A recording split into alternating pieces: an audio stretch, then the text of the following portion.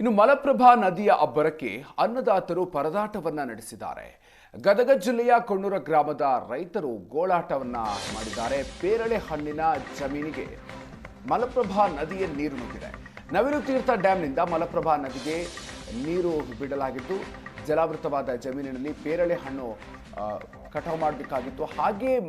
ಹಾಗೆ ಬಿಟ್ಟರೆ ಹಣ್ಣು ಉದುರುವ ಆತಂಕದಲ್ಲಿ ರೈತರು ತೋಟದಲ್ಲಿ ನೀರು ನಿಂತರೆ ಹಣ್ಣು ಕೊಳೆಯುವ ಆತಂಕ ಕೂಡ ಇದೆ. ಸಾವಿರಾರು ರೂಪಾಯಿ ಖರ್ಚು ಮಾಡಿ ಹಣ್ಣನ್ನು ಬೆಳೆದಿರುವಂತಹ ರೈತರು ಈಗ ಈ ರೀತಿಯಾಗಿ ಆಗಿರೋದಕ್ಕೆ ಬೇಸರವನ್ನು ವ್ಯಕ್ತಪಡಿಸ್ತಾ ಇದ್ದಾರೆ. ಅಳಿದುಳಿದ ಹಣ್ಣುಗಳನ್ನು ಉಳಿಸ್ಕೊಳ್ಳೋದಕ್ಕೆ ರೈತರು ಹರಸಾಹಸವನ್ನು ಪಡ್ತಾ ಇದ್ದಾರೆ. ಗದಗದ ಕೊಣ್ಣೂರಿನ ರೈತರ ಪಾಡನ್ನು ನೀವು ನೋಡ್ತಾ ಇದ್ದೀರಿ. ಮಲಪ್ರಭಾ ನದಿಯ ನೀರು ನುಗ್ಗಿರೋದ್ರಿಂದಾಗಿ ಬೆಳೆದ ಬೆಳೆ ಕೈಗೆಟುಕದ ಪರಿಸ್ಥಿತಿ ತಲುಪಿದೆ.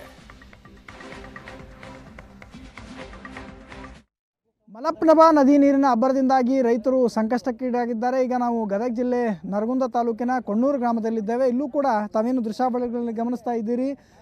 ಪೇರಳ ಬೆಳೆ ಸಂಪೂರ್ಣವಾಗಿ ನೀರಿನಲ್ಲೇ ನಿಂತ್ಕೊಂಡಿರ್ತಕ್ಕಂಥದ್ದು. ನದಿ ನೀರಿನ ಅಬ್ಬರದಿಂದಾಗಿ ಪೇರಳ ಸಂಪೂರ್ಣವಾಗಿ ನಾಶ ಆಗುವಂಥ ಹಂತದಲ್ಲಿ ಇದೆ. ಈ ರೀತಿ ನೀರು ನಿಂತ್ಕೊಂಡಿರೋದ್ರಿಂದ ಕಪ್ಪುಗಟ್ಟುವಂತಹ ಪರಿಸ್ಥಿತಿ ಕೂಡ ಎದುರಾಗಿದೆ. ತಾವೇನು ಗಮನಿಸ್ತಾ ಇದ್ದೀರಿ, ನಡಮಟ್ಟದಲ್ಲಿ ನೀರಿರೋದ್ರಿಂದ ಈ ರೀತಿ ಸಂಪೂರ್ಣವಾಗಿ ಬೆಳೆದು ನಿಂತಹ ಫಸಲು ಈ ರೀತಿ ನೀರಿನಲ್ಲಿ ಮುಳುಗ್ತಾ ಇದೆ. ಇದರಿಂದಾಗಿ ರೈತರು ಸಂಕಷ್ಟಕ್ಕೀಡಾಗಿದ್ದಾರೆ. ನವಿಲು ತೀರ್ಥ ಡ್ಯಾಮ್ದಿಂದ ಅಪಾರ ಪ್ರಮಾಣದ ನೀರನ್ನು ರಿಲೀಸ್ ಮಾಡ್ತಾ ಇದ್ದಾರೆ. ಇದರಿಂದಾಗಿ ಸಾಕಷ್ಟು ಪ್ರಮಾಣದಲ್ಲಿ ರೈತರು ಸಂಕಷ್ಟಕ್ಕೀಡಾಗಿದ್ದಾರೆ. ಕೆಲ ರೈತರು ನಮ್ಮ ಜೊತೆಗಿದ್ದಾರೆ, ಅವ್ರನ್ನ ಮಾತನಾಡಿಸ್ತಾ ಹೋಗ್ತೇನೆ. ಸರ್, ಹೆಂಗೈತಿ ಈಗ ಪರಿಸ್ಥಿತಿ? ತುಂಬ ಕಷ್ಟ ಇದೆ ಈಗ. ಇಲ್ಲಿ ಅಂದರೆ ನೀರು ತುಂಬ ಬಂದಿರೋದಂದ್ರೆ ಈಗ ಆಲ್ರೆಡಿ 15 ದಿವಸ ಮಳೆ ಹತ್ತಿ ಒಂದಿಷ್ಟು ಲಾಸ್ ಆಗಿದ್ದೀವಿ ನಾವು. ಈ ಪ್ರವಾಹ ಬಂದು ಇನ್ನೂ ಅರ್ಧ ಲಾಸ್ ಆಗಿದ್ದೀವಿ. 1 ಎಕರೆ ನಾವು ಇಲ್ಲಿ 60,000 ಖರ್ಚು ಮಾಡ್ತೀವಿ. ನಾವು ಬರೋದು 80-1 ಲಕ್ಷವರೆಗೂ ಪ್ರಾಫಿಟ್ ಸಿಗುತ್ತೆ. ಅದರಲ್ಲಿ ಈಗ ಆಲ್ರೆಡಿ ಅರ್ಧಕ್ಕರ್ಧ ಕೊಚ್ಕೊಂಡು ಹೋಗಿದೆ. ಈಗ ನಮಗೆ ಖರ್ಚು ಮಾಡಿರೋದೇ ಬರೋದೇ ನಮ್ಗೆ ಹೆಚ್ಚಾಗಿದೆ. ಅದರಲ್ಲಿ ಬೇರೆ ಇವಾಗ ನೀರು ನಿಂತಿರೋದು ಹಣ್ಣು ತುಂಬ ಕಷ್ಟ ಸರ್. ಎಲ್ಲ ಹಾವಿದ್ದಾವೆ, ಕೆಲವೊಂದು ಗಿಡದಲ್ಲಿ ಬೇರೆ ಥರ ಕೀಟಗಳಿದ್ದಾವೆ, ಅವೆಲ್ಲ ಕಚ್ಚಿದ್ರೆ ಬೊಬ್ಬೆಗಳೆಲ್ಲ ಬರುತ್ತೆ. ಆದರೂ ನಾವು ಜೀವದಂಗೆ ತೊರೆದು ಜೀವನ ನಡೆಸಬೇಕಲ್ಲ ಅನ್ನೋ ಸಂಕಟಕ್ಕೆ, ಇರೋದನ್ನಾದರೂ ಕಾಪಾಡ್ಕೊಳ್ಳೋಣ ಅನ್ನೋ ಒಂದು ಸಂಕಟಕ್ಕೆ ನಾವು ಇವತ್ತು ಹಣ್ಣು ಹರ್ಕೊಂಬಂದು ಮಾರ್ಕೆಟಿಗೆ ಕೊಟ್ಟರೆ ಮಾರ್ಕೆಟಲ್ಲಿ ಪ್ರೈಸ್ ಇಲ್ಲ ಸರ್. ಅದರಲ್ಲಿ ಏನಂದರೆ ಇಷ್ಟೆಲ್ಲ ಮಾಡಿದರೂ ನಮಗೂ ಏನೂ ಲಾಭವೂ ಇಲ್ಲ. ಅದಕ್ಕೆ ನಾವು ಏನು ಹೇಳೋದಂದರೆ ಸರ್ಕಾರದಿಂದ ಒಂದು ಏನಾದರೂ ಪರಿಹಾರ ಸಿಕ್ಕರೆ ಸ್ವಲ್ಪ ಬದುಕೋತೀವಿ, ಇಲ್ಲ ಅಂದರೆ ನಾವು ಕಂಪ್ಲೀಟಾಗಿ ಲಾಸ್ ಆಗ್ತೀವಿ.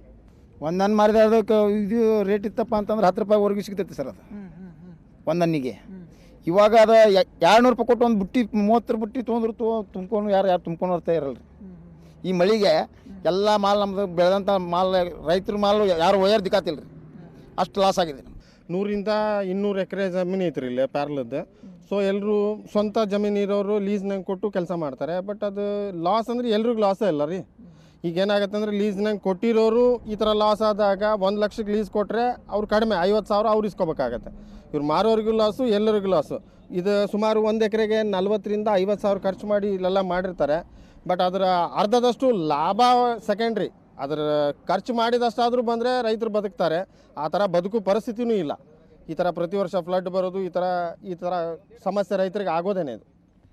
ಸರ್ಕಾರ ಘೋಷಣೆ ಮಾಡಿದ್ರೆ 10,000 ರೂಪಾಯಿ ಘೋಷಣೆ ಮಾಡಿದೈತಿ, ಸಾಲ್ತದ ಅಂತೀರಿ ನೀವು? ಸರ್, 10,000 ಘೋಷಣೆ ಸರ್ಕಾರ ಮಾಡಿದ್ರೆ ಸಾಲಲ್ಲ ಅಂತ ನಾನು ಹೇಳ್ತಿರೋದೆ. 40,000-45,000 ಖರ್ಚು ಮಾಡಿರ್ತೀವಿ. ಆ ನಿರೀಕ್ಷೆಯನ್ನು ಇಟ್ಕೊಂಡಿರ್ತಾರೆ. 70,000-80,000 ಲಾಭ ಬರುತ್ತೆ ಅನ್ನೋ ನಿರೀಕ್ಷೆಯಲ್ಲಿ 50,000 ಖರ್ಚು ಮಾಡಿದಾಗ ಸರ್ಕಾರದಿಂದ ಕೊಡೋ 10,000 ಯಾವುದಕ್ಕೂ ಸಾಕಾಗಲ್ಲ.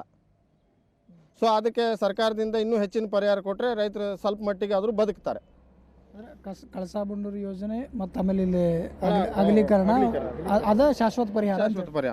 ನನ್ನ ಅನಿಸಿಕೆ ಏನಂದರೆ, ಪ್ರತಿ ವರ್ಷ ಈ ಥರ ಪರಿಹಾರ ಕೊಡೋದಕ್ಕಿಂತ ನದಿ ಅಗಲೀಕರಣ ಮಾಡೋದ್ರಿಂದ ಜೊತೆಗೆ ಕಳಸಾ ಬಂಡೂರು ಸೇರಿಸೋದ್ರಿಂದ ಶಾಶ್ವತ ಪರಿಹಾರ ಆಗ್ಬೋದು ಅಂತ ನನ್ನ ಅನಿಸಿಕೆ.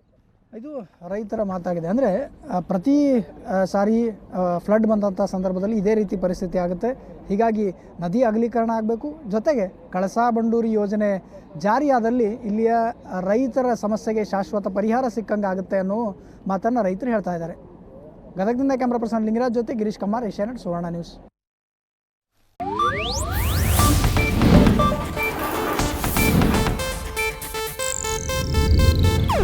ಇದು ಏಷ್ಯಾನೆಟ್ ನ್ಯೂಸ್ ನೆಟ್ವರ್ಕ್ ಪ್ರಸ್ತುತಿ.